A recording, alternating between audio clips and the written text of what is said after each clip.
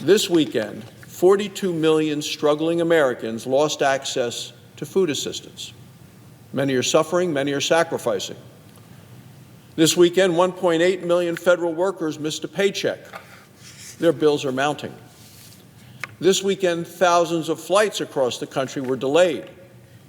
And today, air travel is less safe and less dependable. These are the latest consequences of the Schumer shutdown of our nation's government. These are real people, they're feeling real pain, and it didn't have to be this way. Republicans and a few reasonable Democrats have voted 13 times now to reopen the government. We voted to prevent this suffering caused by the Schumer shutdown. Senator Schumer and the Democrats in the Senate voted 13 times against a clean, bipartisan, continuing resolution to reopen the government. Democrats voted 13 times against paying our troops. Democrats voted 13 times against paying air traffic controllers. They voted 13 times against TSA agents and having them paid. They voted against paying the Border Patrol time and time again. They voted 13 times against funding food assistance for struggling families. They voted against funding Head Start for young children. Today is day 35 of the Schumer shutdown. And Democrats have now tied the record for the longest shutdown in American history. And for what? That's the question. For what? What have they gained? Have Democrats become more popular? No. They're the weakest that they've been, at the lowest numbers in the past 20 years. Why? Because Americans are paying attention. Americans resent being used by Democrats as political pawns.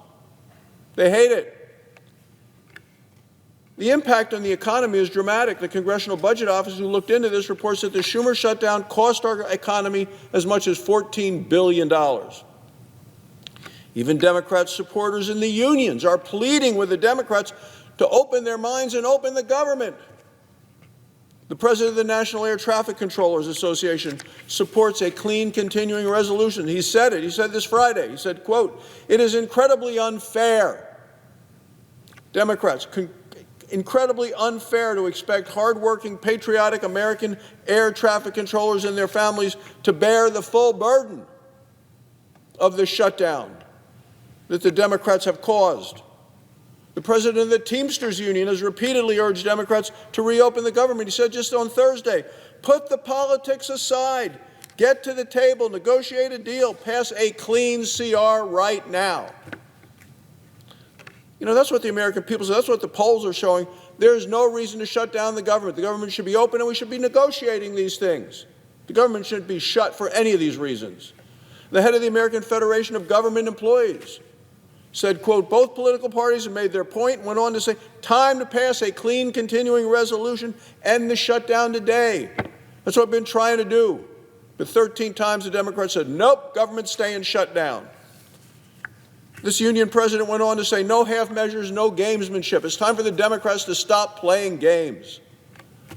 The president of the Southwest Airlines Pilots Association likewise said, quote, "The biggest way to ensure the safety, security, and reliability of our national air traffic control system," he said, "is to pass a clean, continuing resolution." Democrats are going to have a chance again this morning. Major airlines agree. United, Southwest, Delta, American, all of them support immediate passage of a clean, bipartisan, continuing resolution. American Airlines was blunt. Quote, "A prolonged shutdown will lead to more delays and cancellations, and the American people, especially during the holiday season, deserve better." I agree. The American people deserve better than what the Democrats have been doing for the last 30-some days, with the longest shutdown now in the history of the country. These are Democrats' allies who are saying these things, supporters, contributors. They're saying enough is enough. These are the people that have supported the Democrats for decades. And the Democrats continue to ignore all of them. Federal workers want to reopen the government. Democrats tell them, nope, no, we know better than you do. They say, well, as a result, the pain continues. We're seeing it today all across the country. Each day, the Democrats grow more radical, more reckless, more extreme in what they're doing by keeping the government shut down while people are suffering, struggling. concerned about their own futures, concerned about their lives. People resent the way they're being treated by the Democrats who continue to shut down the government.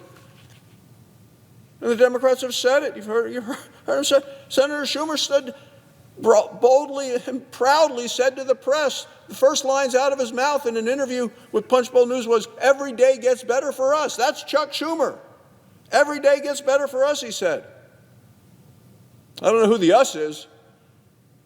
It's not the people that I talked to in grocery stores in Wyoming or the people that I ran into on the plane flying back here. Not those folks. The House Democrat whip freely admitted, she says, of course there are going to be families that are going to suffer. I guess suffer, she means don't have food to feed the kids. That's what she said. Of course there are going to be families that suffer. But it's one of the few leverage times we have. Democrat whip in the House saying people suffering because kids can't eat is leverage for the Democrat Party. This is heartless. It's mean.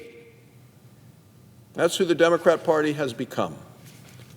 Now, Senator Chris Coons of Delaware told a national television audience a week ago, he said, frankly, this is our moment of leverage. He referred to this shutdown as a, quote, unpleasant tool. The tool is the shutdown itself. It's the pain, the uncertainty, the missed paychecks, the mounting bills, the grounded flights, the chaos in American lives, and they call that unpleasant tool that they continue to use. And the American people are suffering as a result. And knowing all of that, we had Senator Ruben Gallego of Arizona, who is, of course, testing the waters for a presidential run, been all around the country, not hides this from anybody. He declared proudly, he said, I'll just go back and shut it down again. Just think about that. This is a tool that the Democrats are using, causing pain to the American people, and one of their potential candidates for president wants to do it all again. This is just wrong, Mr. President. Look, Democrats have to be seeing the hardship. They have to be hearing the people's voices of the people in pain. But still, one of their standard bearers to lead the country says we're going to do it again. This is a choice by the Democrats. They call the pain the American people are suffering leverage. Look, enough is enough. The American people deserve better. Republicans stand ready to open the government today. We're going to have that vote. We support a clean, bipartisan, continuing resolution to reopen the government, to pay our troops, to pay our federal workers, to restore vital services. That's what we ought to be doing. And on this, the Republicans will not budge. The American people have suffered long enough. The Democrats have caused too much suffering. It's time for the Democrats to reopen the government. Thank you, Mr. President. I yield the floor.